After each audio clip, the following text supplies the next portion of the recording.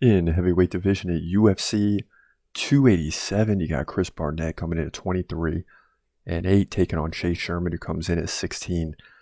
And you can just listen to Chase Sherman's record and understand that he's been struggling over his last several fights. Now, he's 6'4" compared to the 5'9" Chris Barnett, but don't let that sway you because Chris Barnett does have KO power. Now, he does have a 3-inch reach advantage over Chris Barnett.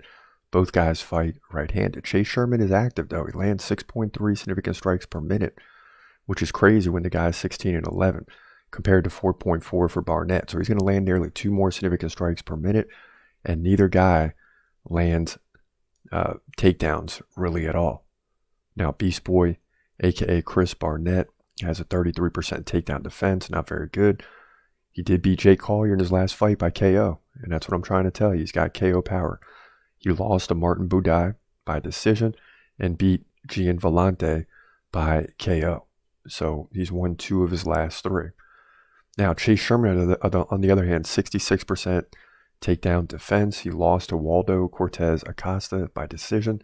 He did beat Jared Vanderlei by KO, but lost to Alexander Romanov, Jake Collier, by rear naked submission. So you think about that. Chris Barnett beat Jake Collier. Chase Sherman did not. And they were the opposite fights. And that's why, to me, I can't understand why they're putting Chase Sherman as the favorite in this fight.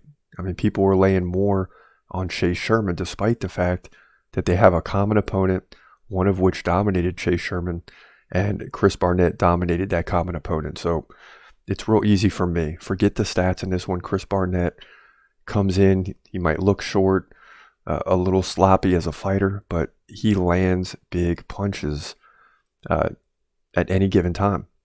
And because of that, if this goes 3 rounds and it's a normal fight, yeah, Chase Sherman will likely win by decision. But I'm banking on Chris Barnett getting the KO in this one. And I think that's exactly what happens, in my opinion. He moves to 24-8, probably a first or second round KO over Chase Sherman here in the heavyweight division at UFC 287.